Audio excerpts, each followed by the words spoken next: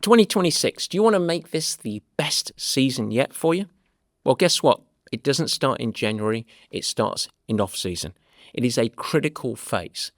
And in the world of triathlon, there's a ton of information out there. It can be complicated, it could be time-consuming to understand. But we're going to help you break through. We are offering complimentary off-season needs assessment calls. You can meet with one of our coaches where we can understand your background, your goals, what your ideal pathway is to success. Now, it might result in us finding that you're a great fit for Purple Patch.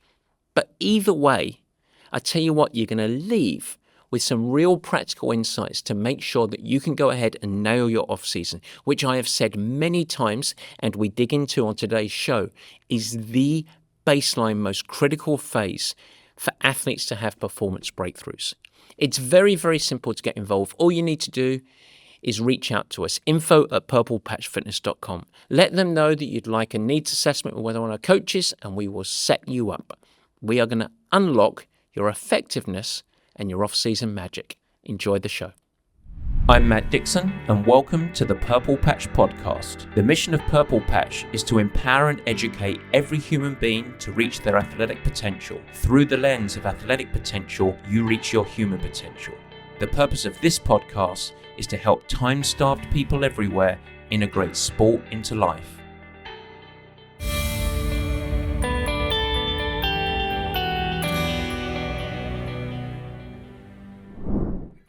And welcome to the Purple Patch Podcast. As ever, your host Matt Dixon. And folks, it's not even Halloween yet, at least at the time of my recording. And yet, I am still today going to be the first, I believe, in the performance space to discuss goals for 2026. It might feel early, yet I feel there is some important timing we have to go through. Now, this episode today, as you listen, is for a couple of groups of people. The first is the committed amateur athlete.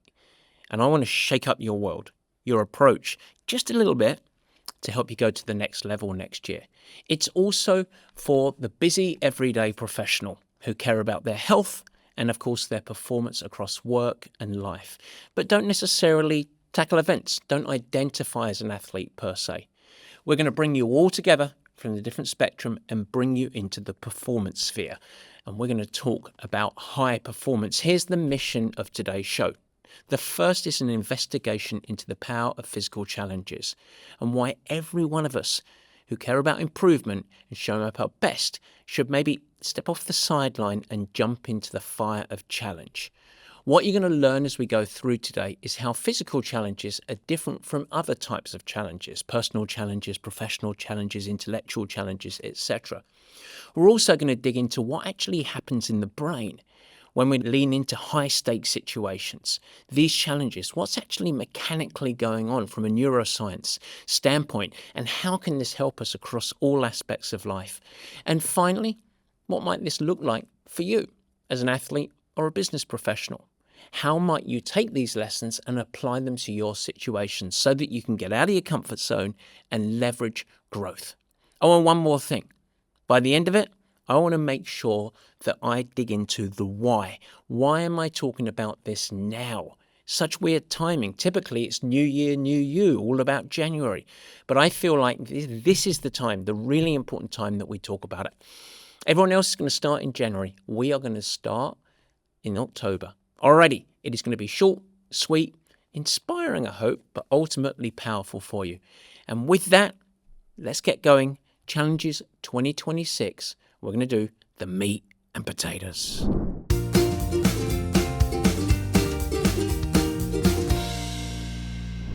Well, I figure if we're going to talk about physical challenges and really highlight how they're so beneficial for you, no matter who you are listening, I think we should first define what I'm talking about here.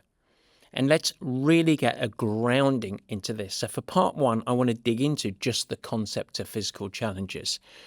I spent a lot of time on this show highlighting the performance power of you really establishing two, what I would label interconnected components that help you bring the best out of yourself. The first is a platform of physical readiness. And you will know if you're a regular listener that we call that your performance base layer. This is always the starting point, no matter who we're talking about, world-class athletes, leaders, business professionals, whatever it might be, putting a physical foundation in place first. And this is established through really consistent exercise, movement, training, etc., as well as a host of supporting habits.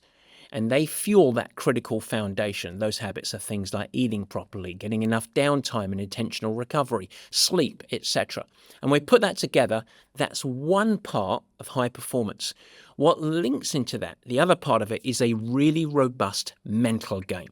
A toolkit of traits that enable us to show up every single day our best and be ready and equipped for the twists and the turns of any performance journey. In other words, not just the stamina for the journey, but the toolkit to perform under pressure. And when we weave these together, body and mind create a strong fabric, if you like, of high performance. The question is, of course, great, those are the two components. I care about my brain, I care about my body and my physical readiness. But what's the optimal pathway to develop these core traits and elements of performance readiness? The physical is pretty simple to understand. If you're an athlete listening, well, what you do to develop the physical foundation of readiness is you train a lot. And you marry that training with the supporting cast. In other words, you adopt habits around post-workout fueling, proper nutrition. You want to hydrate daily. You want to make sure you're getting a lot of restoration and recovery. There's a whole industry based on that. And you want to prioritize sleep. And we're balancing for an athlete the load, the total load, where we're looking to apply within the context of our life the highest training load possible at which your body can positively adapt to. So we don't want an overload of total stress, especially when we're fitting this training into the broader aspect of other life stresses such as work, travel, etc. Because a chronically high stress load breaks all. It will break us systemically, it will break us mentally, we won't enjoy it, and of course it will break us structurally, aka getting injured. So it's pretty simple for the physical readiness to understand, great, what we're looking to do is apply training load that's effective. What about folks that don't identify as being an athlete? Well, this is really about putting the physical foundation in place through a simple set of practices and habits. And these habits should, by definition, improve our energy, help us stabilize that elevated energy, increase our capacity from a physical standpoint, and amplify our cognitive function.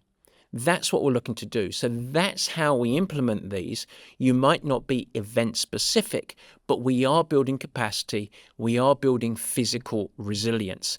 And that's going to fuel our ability to show up our very best, mentally and physically, every single day and be slightly protected with the reduced risk of such frequent illness and disease.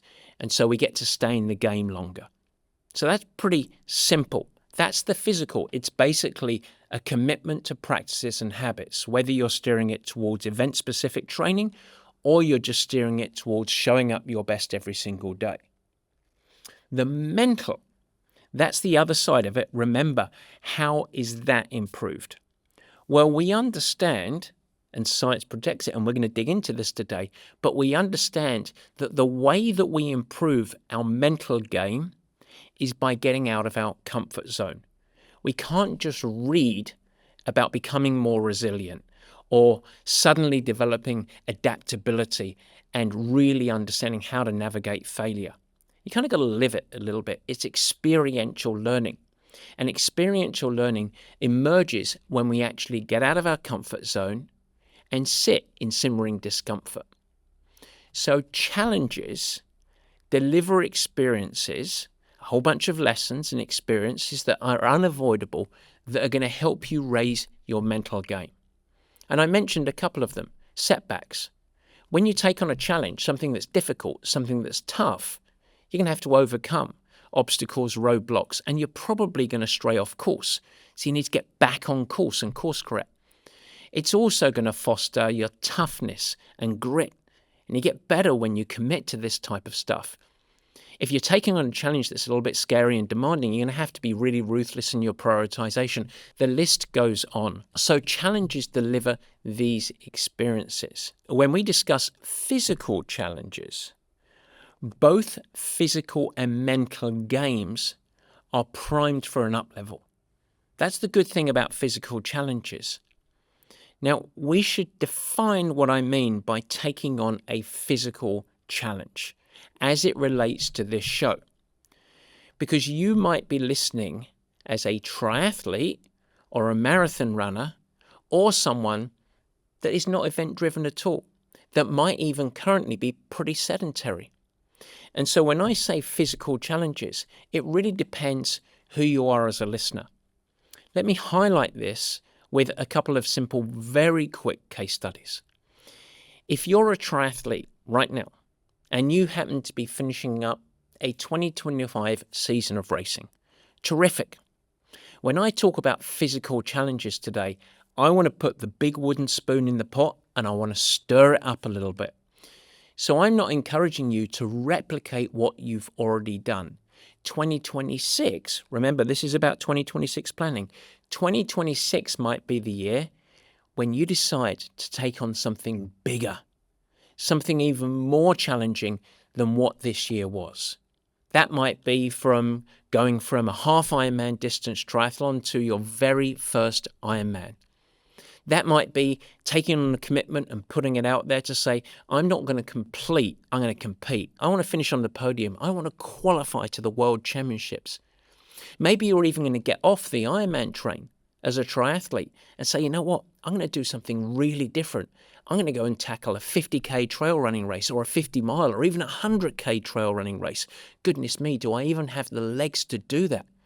Or even like I did a couple of years ago, go and complete the 7-day alt route, a 7-day bike race through the mountains of the Alps in France and Switzerland. Very, very demanding, and I should say, pretty scary stuff. So if you're listening today as an athlete, I'm talking about stirring up the pot, mixing it up, and doing something that you just never done before.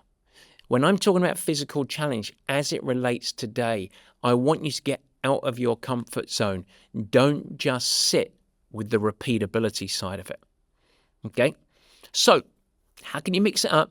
How can you do something that actually scares you a little bit? We'll come back to that. The second case study, though, is the other side of the listenership. If you're listening today and you don't identify as an athlete, that's great.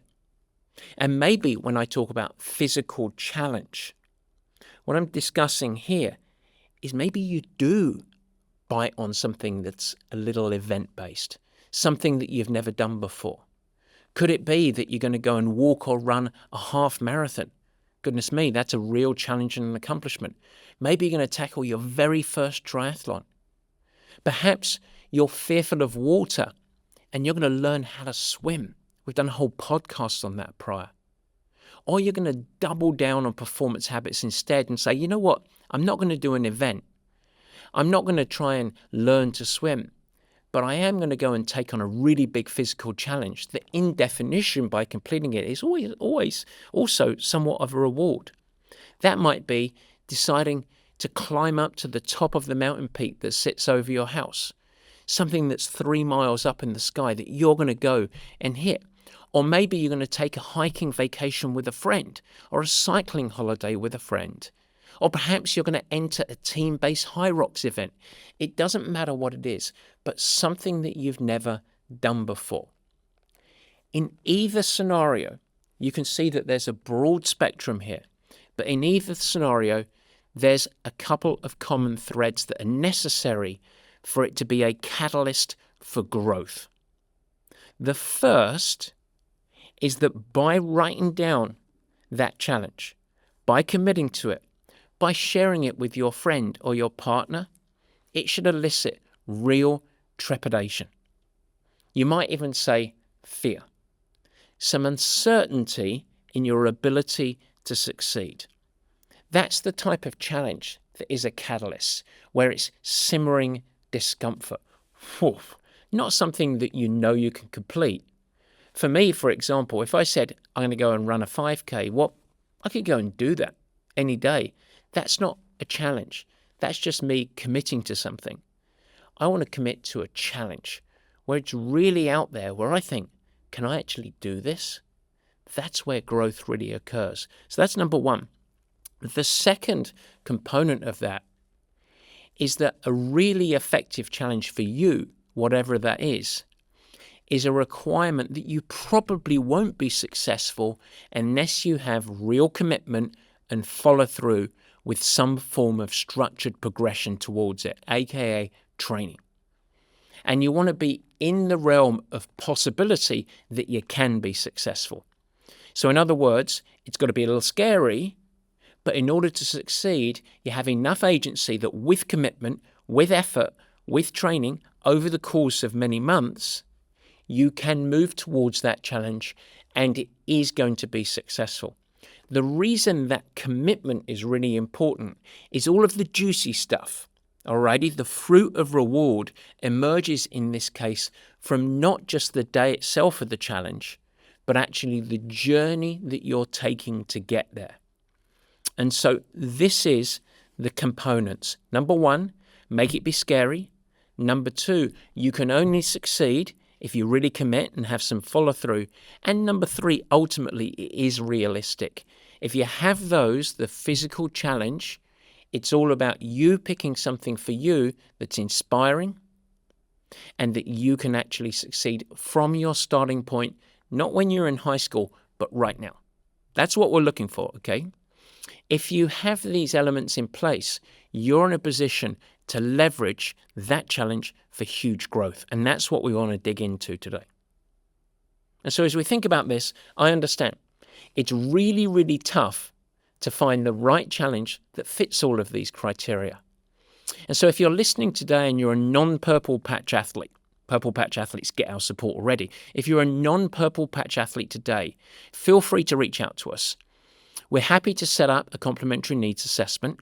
And what we would do is listen to your goals, understand your situation, and help you come up with a blueprint plan to fuel your performance for 2026. And so we can help you define what those goals are that are appropriate for you. And then, of course, after that, if and only if we're a good fit to help you on your journey, terrific.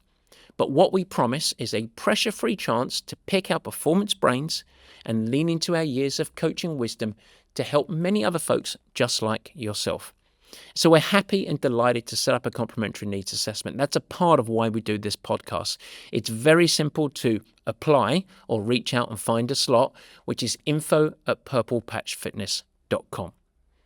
Alrighty, so that's a physical challenge.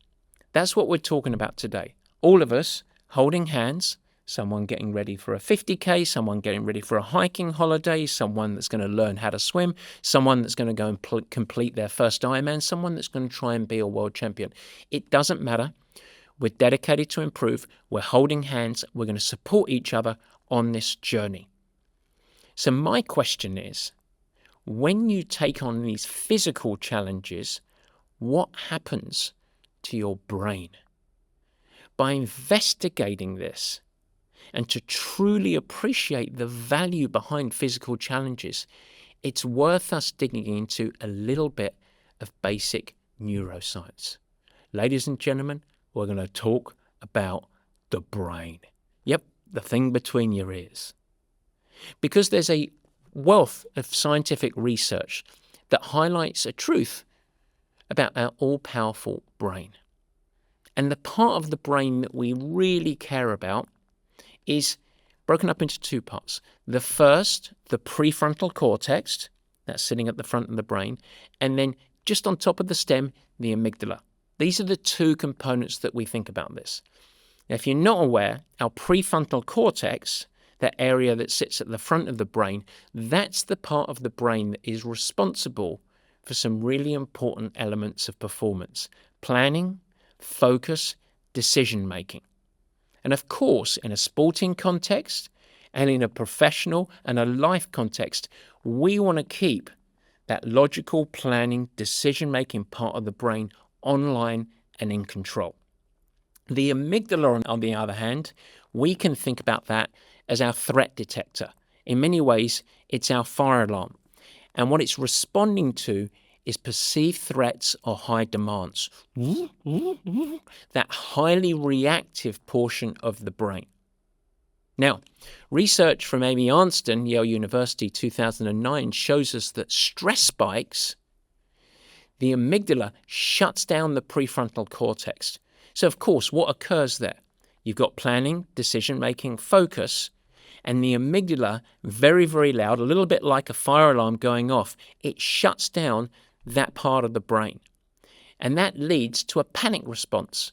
It can also lead to paralysis, and we see this in all sorts of situations. But her research is really interesting because by repeated controlled exposure to high-stress situations, trains the prefrontal cortex to stay online under pressure. This is really interesting. In other words, we get to control the prefrontal cortex getting sabotaged by the amygdala. There are other studies out there, Nature Neuroscience by McEwen in 2012, that also highlight the fact that acute intentional stress paired with recovery, what's that word again? Downtime, sleep, proper hydration, recovery drives neuroplasticity. So that's a key point. We are exposed to high-stakes situation, and the brain in many ways gets trained to keep the part of the brain, the prefrontal cortex that we care about, online, in control. It also gets trained to keep the amygdala under control, not able to sabotage that prefrontal cortex. Really interesting. This is important. But there's more to this as well. I'm going to highlight another study out of Nature Neuroscience. This is McEwen et al. In 2012. And they highlight that acute intentional stress, so in other words, getting exposed to high-stakes situations, when you pair that, boom, high-pressure environment with appropriate recovery, something that you've heard a lot on this show, in other words, downtime, sleep, proper nutrition, etc., it drives neuroplasticity. And that fosters the brain's ability to rewire and adapt. Now, the reason that's really important is if we sit consistently at hard work, high pressure, without any downtime, it leads to accumulated chronic stress.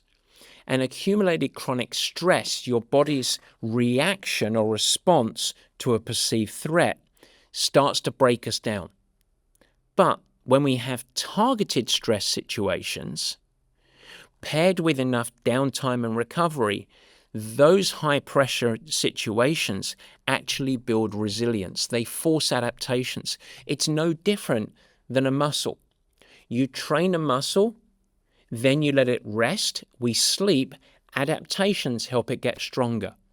You train the brain with very stressful situations, you allow downtime, you get enough sleep, you step away from the challenge, and the brain gets stronger, as it were. It's really, really important. So these studies and many other like them show them repeated exposure to high-stakes situations. And this could be a match point in a tennis game. Imagine if you're standing at Wimbledon and you're going to win the championships. It's pretty high stakes. Or it could be an ER nurse saving a patient's life. Pretty high stakes. Or it could be the pressure of an athlete working through a really tough, sustained threshold workout. These are lived experiences. And over time, repeated exposures to these high-stakes situations trains the brain to keep that prefrontal cortex online, making it stronger, more focused, and better at making decisions under immense pressure. Think about how valuable that is for a tool, not just for an athlete, but in broader life. Similarly, repeated exposure to those same types of high-stake moments also improves the circuitry of the amygdala. So it turns down the panic response. And doesn't allow it to hijack performance, instead enables the prefrontal cortex to stay online even when pressure spikes. Of course, this doesn't mean that more is better, remember. I want to double it down again. Chronic unmanaged stress breaks down health, erodes performance. But exposure, intentional, with recovery, it sparks adaptations, it strengthens resilience, it sharpens your performance capacity. So understanding this as the brain, the reason I wanted to hover on this so long today is because this is absolutely central to why we love people taking on physical challenges so much. If we commit to a big physical challenge suitable to our starting point and our life situation, and we embrace the journey of preparation, we can expect that, yes, it's going to be uncomfortable because discomfort is necessary for growth. And we must, for it to be successful, not just dump it on top of life, but still take seriously and prioritize other key components that can balance that stress with high recovery opportunity, so proper fueling, proper sleep, proper downtime, etc. And when we put these hand in hand, it fuels growth. It develops those traits of high performers, their lived experiences that you go through. And so this is important. But as you sit here today, you've heard my examples of high-stake situations. And you suddenly realize, well, actually not all of those were actually going through and thinking about sporting experiences.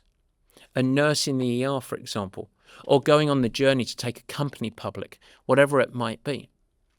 And so there are physical challenges, in other words, challenging or building up and training for a marathon or getting ready for a long hike, whatever it might be. There's also professional challenges, really focusing on a deep challenge, whether it's business, whether it's an incredibly tough crossword, whatever it might be.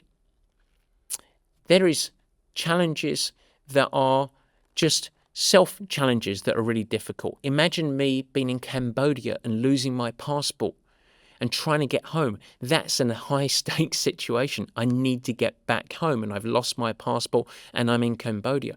That elicits a high-stakes situation itself. So why am I sitting here today and saying all of those challenges will train the brain, but what I care about is you in 2026 taking on a physical challenge? Why do I care about that? Well, the answer in that is what makes the physical challenges unique, number one. And number two, the multiplier effect of pairing challenges such as your role at work or being a great parent, and then combining it with a physical challenge, and time again, us seeing the multiplier effect on a human being's performance. For me, this is where the magic occurs. When you combine a physical challenge with other challenges in life, they become partners in performance multiplication. And so we love it when we get people out of their comfort zone and they have the courage to integrate and take on a physical challenge paired with other challenges. Something magic occurs. But the common piece of the puzzle is always that physical. And so why, you might ask, why are physical challenges so different? After all, there's lots of ways that we can challenge ourselves, remember. But I care about the physical. Is it because I was an athlete? Is it because I'm a coach? Maybe a part of it. But actually, it's because I'm not just backed by years of research across the academic field. I've seen the power myself. Not just at professional athletes, but people that just adopt practices and habits. There's something special about the physical. Here's the first component. Physical challenges represent embodied learning. I want you to remember that phrase. They are embodied learning. In other words, your body is your teacher. When you take on a physical challenge, you get to actually experience resilience, stamina, your own limits in real time. And this makes the elements, those experiences, and all of the lessons visceral. They're almost impossible to ignore. Secondly, when you're taking on physical challenges, you are getting immediate feedback loop. The physical effort that you must put out at your own level, trying to build a mini victory at yourself, the physical effort produces very clear signals. Signals such as fatigue or soreness or endorphins or little improvements in your strength or your endurance, how far you can go, how fast you can run. And this enables tangible, almost immediate feedback into your progress, but also ensures that we are forced to live through the setbacks. And this becomes a powerful catalyst of growth and learning. We also get, through physical challenges, confidence through our own capability. When we overcome something that is physical, such as maybe running a little further than we ever have, or lifting a weight a little heavier, or learning to swim a lap across the pool for the first time, or climbing up to the top of a hill that we've always looked at out of our window we never thought we'd accomplish, there starts to develop a sense of self-trust. And I've seen it time and time again. When we do that, it molds how we view ourselves. That self-trust, that empowerment that comes with it, you don't need to be an athlete to feel it. But you know the magic consistently? It spills into other aspects of your life. So we're going through this lived experience with a consistent, immediate feedback loop, and we're starting to build confidence in ourselves because of progression. And here's one more thing with physical challenges. This comes back to the very core of who we are as a human being. The body is so tied to survival that when you face physical discomfort, it absolutely rewires your relationship. And that's your relationship to stress, to pain, and of course to fear. And it is a direct rewiring that is so different than any other form of challenge. You just don't get that relationship. So all of this wraps up into my experience of why people that identify as themselves as being athletes, not world champions, anyone that commits to something of a physical challenge, I believe everybody is an athlete in them. But when you see yourself as an athlete and you buy into it, they don't just believe that they're resilient, they know it because they live it. And that is the power and the beauty of this stuff, the physical challenge. If you're currently an athlete listening to this, I hope that this is inspiration to go big in 2026. Seriously, go big. Think about it. As you do your season planning, get outside of the box. Don't just go, oh, shall I go back to the Oregon Half Ironman because that was a good race and I like the town and my in-laws are there. Go big. Take on a big bite of the apple because that's how you're going to grow. And if you're listening today and you don't identify as an athlete, buckle up. Let's go. What's a challenge for you? And get going on it. Because I promise, whenever I see someone that doesn't identify as an athlete and puts a stake in the ground and says, gosh darn it, I'm going to do this, it's going to fuel adherence to the stuff that you already know will make you perform better in life. But more than that, it's going to give you purpose and direction. It will provide you with a lived experience that quite literally, and look at me in the eyes if you're watching this, quite literally could change your life. I mean that sincerely. I've never met anyone and never seen anyone that has taken on a physical challenge that after going on the journey, whether they are successful in completion of the challenge or not, had wished that they'd never done it. When someone goes all in, they get everything out. And so, to finish today, I come back to the question that I asked. Why now? Why am I going on about this right now? After all, it's not even Halloween as I'm recording. The answer relates back to the last few episodes that we've gone through off-season. Because if you do buy in, if you're going to go big next year, and if you're truly going to level up, I'll give you my biggest piece of advice that I can. Give yourself time to do it right. Starting in 2026, January, it is going to be a forcing agent for you to feel the pressure and get rushed. And yes, I know when you put something off, it does force you quickly, but that's not the way to do a performance journey. This is not something to start later. Okay? This is something that begins now. You can start without great time pressure. You can establish your roadmap.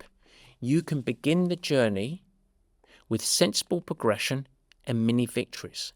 And while you're doing that and you're feeling the progression, comfortable, steady progression rather than a rocket ship that's sure to burn out and fade, you can also work on putting in place some of the key components. You can start to integrate it into your life. You can start to calendar it. You can start to develop important practices and habits that take time to become habits. You can put them in place now when the pressure is lower so that you stay healthy. You can unlock the competition between the goal that you're choosing, the challenge, and all of your life commitments, and have them work together to multiply your performance. And so this is honestly the time. It's just the conversation that I'm having with all of my athletes. If I'm speaking to an athlete that's just finished their big race of the year, I want them to take a little break. But now I'm saying this is the critical role of off-season, a standalone phase in itself. And it's the same thing if you're going to commit to a big up level in your performance in 2026. This is the time to start the right way. And remember, if you are going to start, don't do it alone. Seriously, don't do it alone. Lean in. Team, community, mentorship and support, coaching.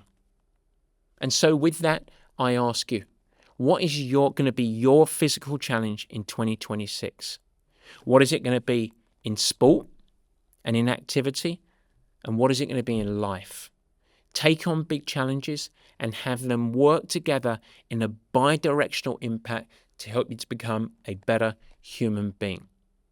As I mentioned in the middle of the show, we are here to help. If you're not currently a part of the Purple Patch Athlete group, reach out for a complimentary needs assessment. We want to help and we want to understand your situation, your goals, and then we will help you pave a pathway that delivers yourself to personal excellence, to unlock more than you can ever imagine. info@purplepatchfitness.com. I hope that helps with a perspective. We'll see you next time. Take care.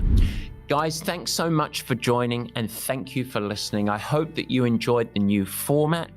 You can never miss an episode by simply subscribing. Head to the Purple Patch channel of YouTube and you will find it there and you could subscribe. Of course, I'd like to ask you, if you will subscribe, also share it with your friends, and it's really helpful if you leave a nice positive review in the comments. Now, any questions that you have, let me know. Feel free to add a comment and I will try my best to respond and support you on your performance journey. And in fact, as we commence this video podcast experience, if you have any feedback at all, as mentioned earlier in the show, we would love your help in helping us to improve. Simply email us at info@purplepatchfitness.com or leave it in the comments of the show at the Purple Patch page and we will get you dialed in. We'd love constructive feedback. We are in a growth mindset, as we like to call it. And so feel free to share with your friends. But as I said, let's build this together. Let's make it something special. It's really fun. We're really trying hard to make it a special experience. And we want to welcome you into the Purple Patch community. With that, I hope you have a great week. Stay healthy. Have fun. Keep smiling, doing whatever you do. Take care.